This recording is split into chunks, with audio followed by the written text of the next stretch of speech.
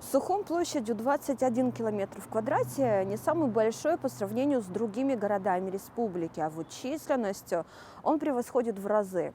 Здесь, согласно последним данным, проживает порядка 65 тысяч человек. Городская среда динамичная, активная, как и потребности ее горожан. Естественно, в городе развивается инфраструктура. Как грибы после дождя растут объекты разной высоты и ширины. И этот процесс застройки регулируется соответствующими нормами и правилами. Но, как нам кажется, есть в этом процессе от начала стройки объекта до введения его в эксплуатацию одно звено. Регулируется ли оно, будем с вами выяснять.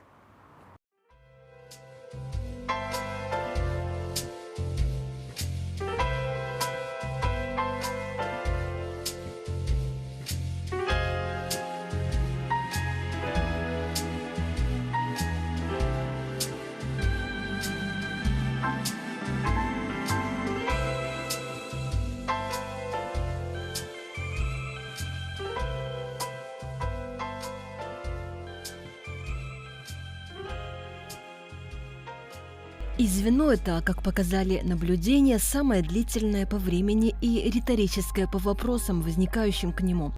От геологических исследований, проектирования, получения разрешения на строительство, утверждения плана и проекта, начала строительства, формирования котлована, установки свай или плит, заливки фундамента, возведения каркаса из железобетона. В общем, строительство с нуля – процесс тонкий, кропотливый и затратный. И бывает так, что здание с великолепным фасадом остается лишь на бумаге. Стройка по объективным причинам останавливается, а значит, становится частью городского архитектурного ансамбля во всей своей красе. Нужно ли закреплять за такими объектами официальный статус замороженного, в каком виде их должны содержать застройщики, какие меры безопасности и ответственности они должны нести, какие меры воздействия или законы есть для того, чтобы недостроенный объект не оставался забытым и законсервированным до лучших времен на 10, 15, а то и десятилетия. Давайте разбираться поэтапно.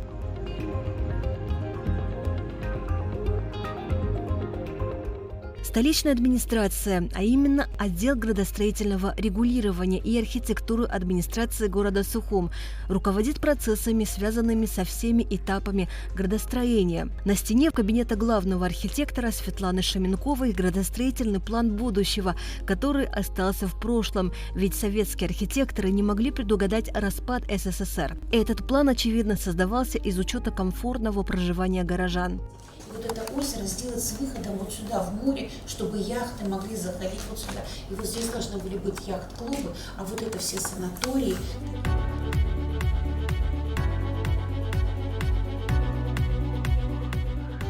Если говорить по факту, такой план необходим, чтобы, основываясь на нем, принимать решения придерживаться стратегии сохранения исторического облика, в общем, чтобы развиваться правильно. Развитие города без плана крайне губительно, но создать новый, как говорит Шаменкова, очень непросто. А план должен создаваться на основе градостроительного кодекса. Но как бы обидно это ни звучало, и его у нас нет. После Отечественной войны народа Абхазии в администрации города предприняли попытку регулировать процесс застройки, издали распоряжение, но и оно с годами утратило силу. Казалось бы, застройка города должна была бы и вовсе остановиться. Нет плана, нет градостроительного кодекса, нет распоряжений, но есть свод строительных норм и правил, которые не дают локомотиву остановиться. Это основной СНИП, который позволяет нам более или менее планировать городскую застройку. Сталкиваемся мы достаточно сложными проблемами в плане того, что вот, существует квартал многоэтажной жилой застройки, в котором со старых советских времен остались какие-то частные жилые дома.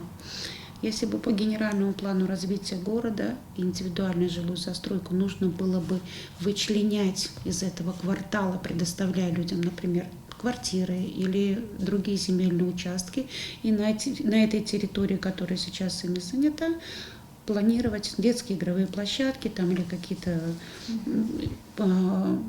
инфраструктуру для обслуживания многоквартирных жилых домов.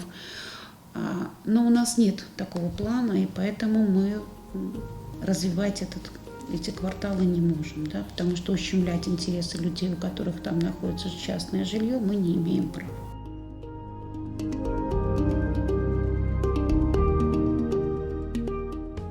Чтобы закрепить за собой право пользования землей, возвести объект, оформить его на себя у граждан, есть все возможности. На то есть законные основания, которые регулируются в том числе и земельным кодексом. Здесь, не вдаваясь в тонкости, стоит отметить то, что здания возводятся там, где это возможно физически. Но что будет, когда появится новый градостроительный план? Должны быть определены границы исторической части города. Да? То есть такие попытки были у нас еще в 2002 году. Мы пытались создать документы, которые будут ограничивать историческую часть города, в которой будут правила застройки более жесткие, нежели в других местах.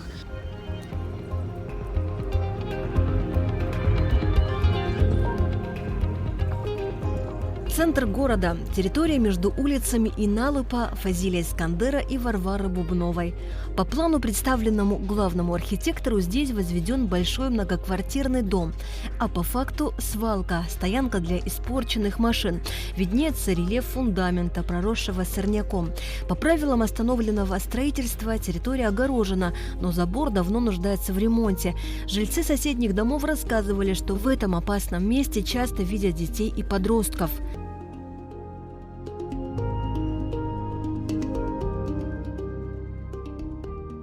Сказать точно, сколько подобных недостроенных объектов в черте города, невозможно, ведь нигде, в том числе в отделе градостроительного регулирования, подобной информацией не владеют.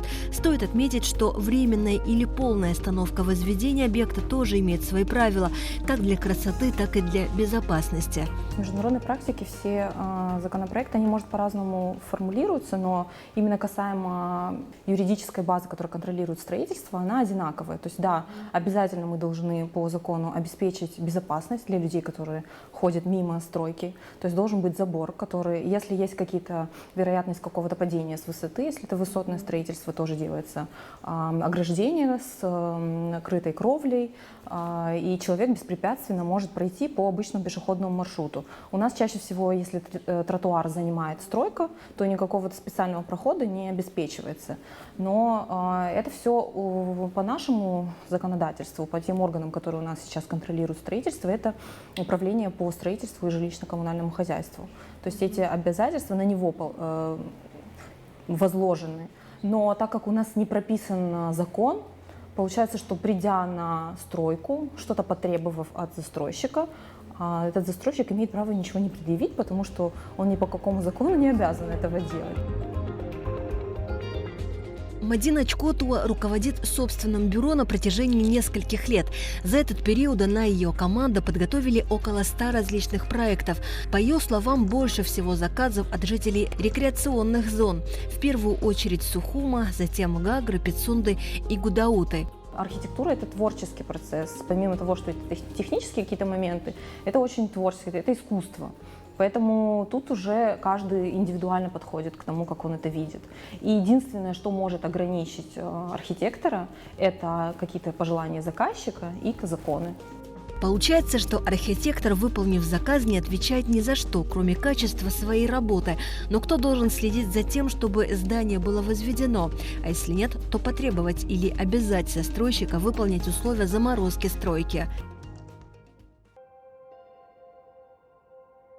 А это фото с изображением недостроенного четырехэтажного здания из материалов проверки прокуратуры Гагрского района. Здание расположено в районе кемпинга, буквально в 50 метрах от него жилые многоквартирные дома, откуда, как оказалось, дети часто приходили играться.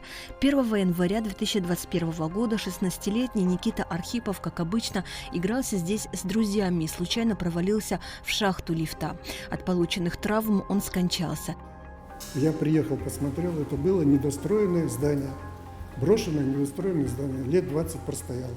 И пацаны играли, и один товарищ упал в шахту лифта.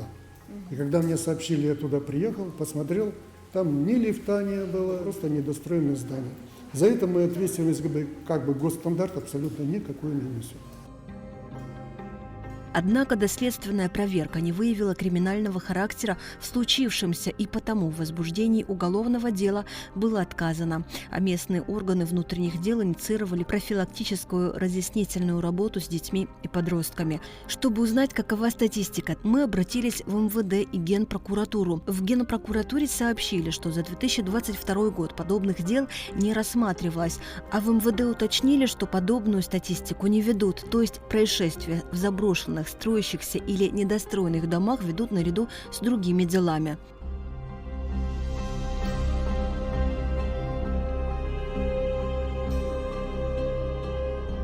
Это единственный случай за последние годы, произошедший в недостроенном объекте, о котором стало известно широкой общественности из-за ее трагичности. Вот согласно требованию проектной документации, и в проектной документации есть пояснительная записка, проект организации строительства, пост такой называется, где там все расписано.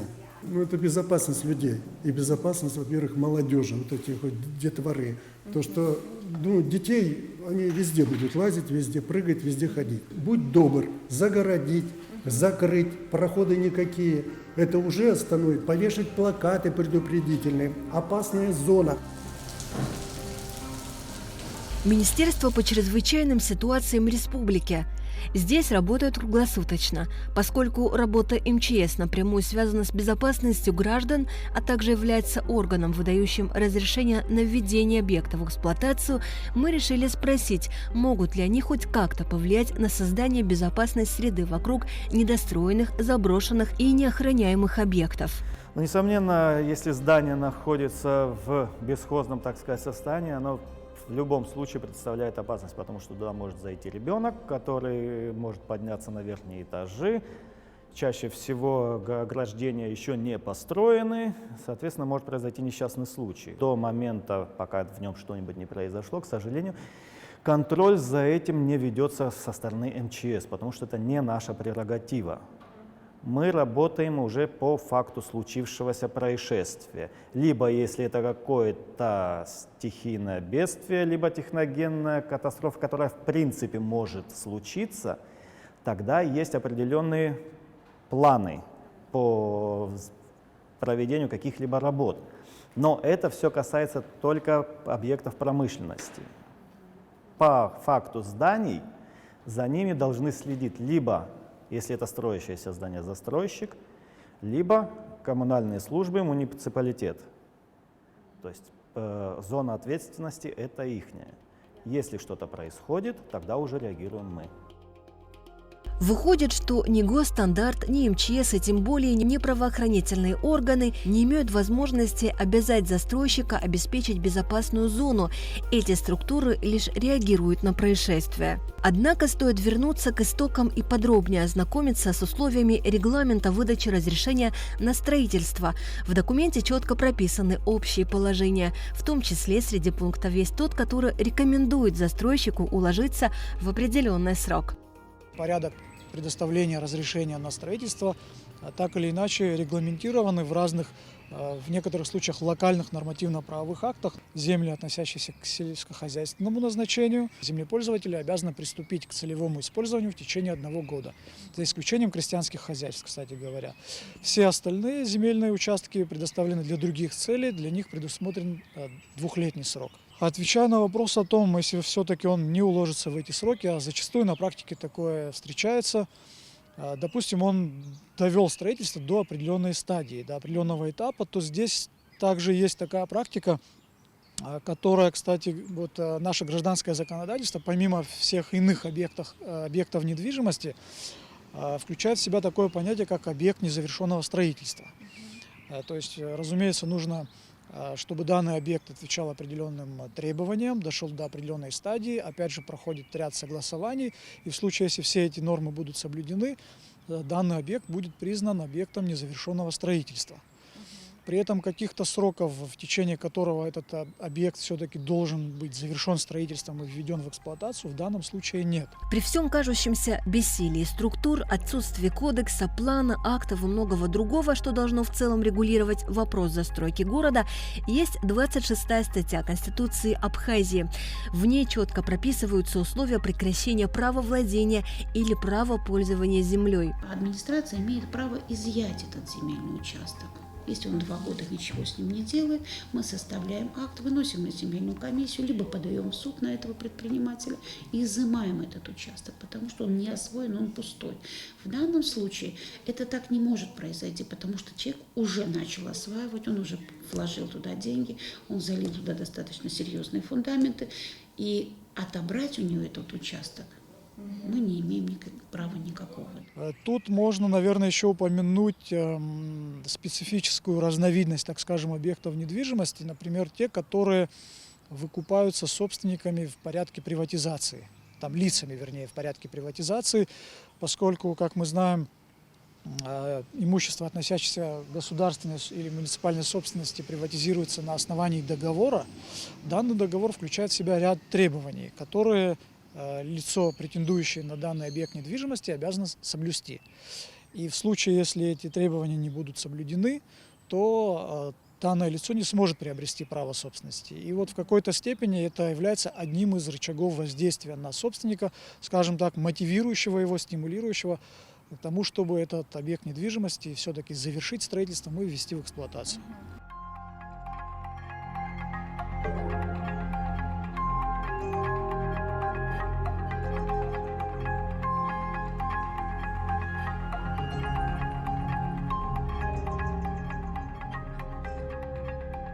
Конечно, очевидно, что замораживание стройки не каприз застройщика, однако позиция «до лучших времен» противоречит принципам развития.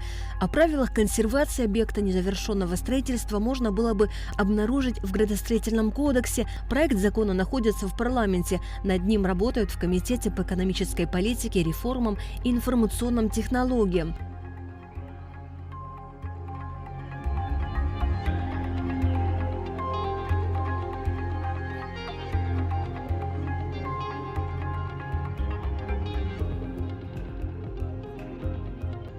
Отмечу, что большинство строящихся и недостроенных объектов в черте города огорожены, другие же находятся в свободном доступе.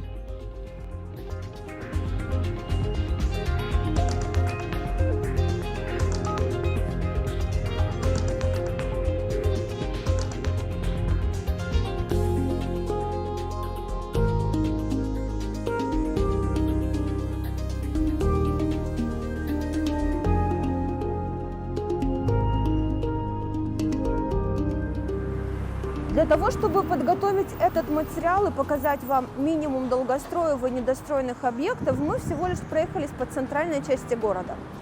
Почему нас волнует эта тема? Потому что, во-первых, такие объекты портят облик столицы, во-вторых, они небезопасны. Гибель подростка в недостроенном объекте в Гагрине стал прецедентом для масштабных фактических мер. Ограничились профилактической беседой с подростками.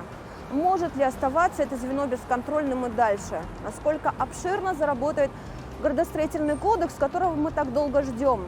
Будем следить за процессами и расскажем вам о них непременно.